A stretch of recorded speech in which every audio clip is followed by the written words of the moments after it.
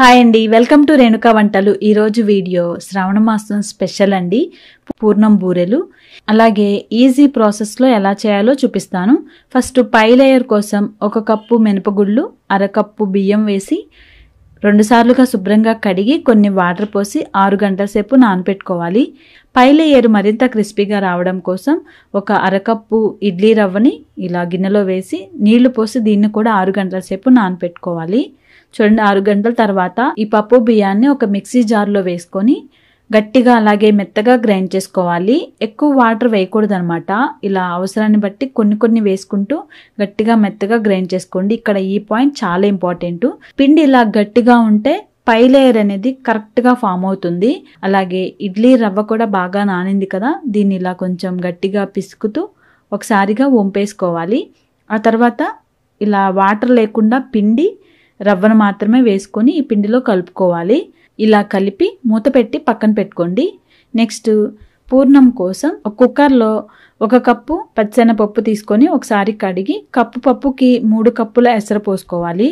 2 whistles వచ్చేంత వరకు ఉడికించుకొని దింపేసుకోండి. చూడండి, 2 విజిల్స్ వచ్చిన తర్వాత పప్పు చక్కగా ఉడికింది. ఇక్కడ కొన్ని వాటర్ ఉన్నాయి కాబట్టి వడకట్టుకుందాము. ఇలా ఉడికించుకున్న ఈ పప్పుని ఇలా ఒక పాన్లో వేసి ఇలా మ్యాషర్తో కానీ పప్పు గుత్తితో కానీ ఇలా మెదపండి. నెక్స్ట్ దీనిలోనే స్వీట్నెస్ కోసం తురిమిన బెల్లం 1 కప్పు వరకు వేసుకోవచ్చండి. నేను కప్పుకి 1 టేబుల్ స్పూన్ తక్కువగా వేశాను. మీ తీపికి తగినట్లుగా వేసుకోవచ్చు. ఇప్పుడు ఈ రెండింటిని కలిపి స్టవ్ మీద పెట్టి మీడియం ఫ్లేమ్లో ఇలా కలుపుతూ ఉంటే బెల్లం అంతా కరిగి ఇలా లూజ్ అవుతుంది. ఆ తర్వాత ఇలాగే ఉడికించుకుంటూ ఉంటే అది పాకంలాగా తయారయ్యి దగ్గర పడుతుంది అనమాట. చూడండి, ఈ విధంగా ఇలా మనం ఈ చెక్క స్పూన్తో మ్యాష్ చేసుకుంటూ మిక్స్ చేసుకుంటూ ఉంటేనే ఇలా కరెక్ట్గా టెక్చర్ అనేది వస్తుంది. ఇప్పుడు దీనిలో 1 కప్పు వరకు ఎండు కొబ్బరి పౌడరు, అలాగే మంచి ఫ్లేవర్ కోసం కొంచెం ఇలాచీ పౌడరు, 1 టేబుల్ స్పూన్ వరకు నెయ్యి వేసి కలుపుకోండి. ఇవి వేయడం వల్ల టేస్ట్ యాడ్ అవుతుందన్నమాట. చాలా బాగుంటుంది.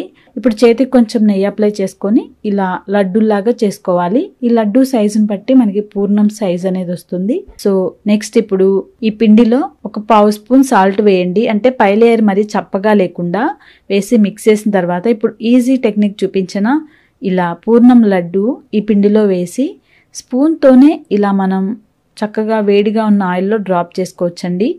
అది అలా ఎలా సాధ్యమవుతుందంటే పిండి గట్టిగా ఉన్నప్పుడు మాత్రం ఆయిల్ ఎక్కువగా ఉండాలి, అలాగే ఆయిల్ హీట్ ఉండాలండి. హీట్ తక్కువగా ఉన్నా ఓవర్ హీట్గా ఉన్నా సరే ఇవి సరిగ్గా రావన్నమాట.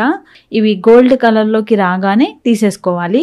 చూడండి, పర్ఫెక్ట్గా చక్కగా ఫ్రై అయ్యాయి కదా.